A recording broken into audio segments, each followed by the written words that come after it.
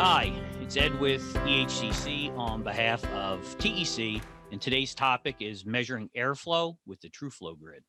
The items that are required to take this airflow measurement are going to be the digital TrueFlow grid. We're going to need a precision manometer. We need at least one static tip, some tubing to connect the manometer to the static tip, and we need something that gives us the ability to make a hole. The process is driven by an app. It's quite simple. As you can see in the photographs over here, Steve's making a hole in the supply duct, and we're going to measure that supply static pressure. We are going to now remove the filter in the system and simply replace it with the TrueFlow grid. And with that, it's going to record an airflow measurement. Now, you might be going, well, how does it know? It's magic. All right, it's not really magic, it's math. But what we're able to do is compensate for the difference in the pressure drop across the filter and the TrueFlow grid and apply some math to that. And what we're doing is measuring all the air that's moving through the system, or would be moving through that filter, is now moving through the TrueFlow. The result from that's going to give us an accurate measurement of airflow. And notice I said measurement of airflow, not estimate of airflow.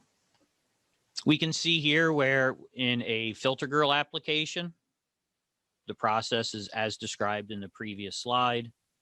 Measure your static pressure in the supply with the filter, remove the filter, insert the TrueFlow, and record. Down here, it's showing it in a filter slot. So far, we've only talked about taking a reading in the supply, and we can see some other information here. What I have here is my supply measurement, but it also shows several places where I can, in this instance, we could measure the pressure drop across the evaporator coil. Here to here, we could be measuring, could give us external static pressure. And if you jump all the way over to this third box, you can see where all those different measurements are being listed for us. And one of the things that I really like is that it gives us these gauges, and in really easy to understand format. We got red, yellow, and green. And I don't think I need to go into any explanation of what those colors would represent. But over here, in an actual printed explanation, it's going to tell us where potential issues might lie. And obviously, yellow is going to be caution, and I would say red is a range where we should be taking action. We got lots of pros and cons with this device. The biggest pro is, without question, it is a very simple to use tool to measure airflow. It's, again, straightforward. When we use it with the TrueFlow app, it's not only going to measure airflow, but it's going to point to deficiencies in the system or confirm that things are as they should be. Essentially, we can use it for grading our HVAC installations, and that can be something that we desire to do on our own. But if you're doing stuff where there is a compliancy requirement, there it is. All the, the big three all recognize this as a methodology. The cons, you can get into some expenditures with this stuff, but in the grand scheme of things, it's not that expensive. Getting used to making sure that we have an adapter so it fits in the filter slot takes a little getting used to, but once you figure things out, I've used it a little bit, that comes pretty easy. There is some additional math required if you want to measure total system capacity. But again, that's another one of those things that's not all that difficult. And there will be a method to connect it to MeasureQuick. If you're a user of MeasureQuick, you know how easy it is to use that product. This is going to be the best way to estimate airflow. Excuse me. This is going to be the best way to measure airflow through a system, bar none.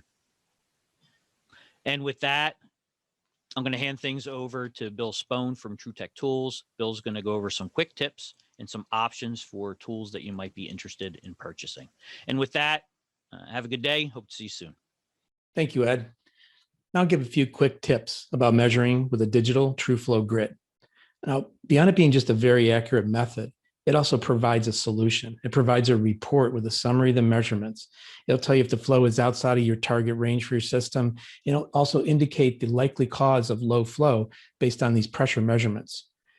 The TrueFlow app is also on the roadmap to work within MeasureQuick. So there's another little boosted performance that you get as things move on with this product and your ability to use it.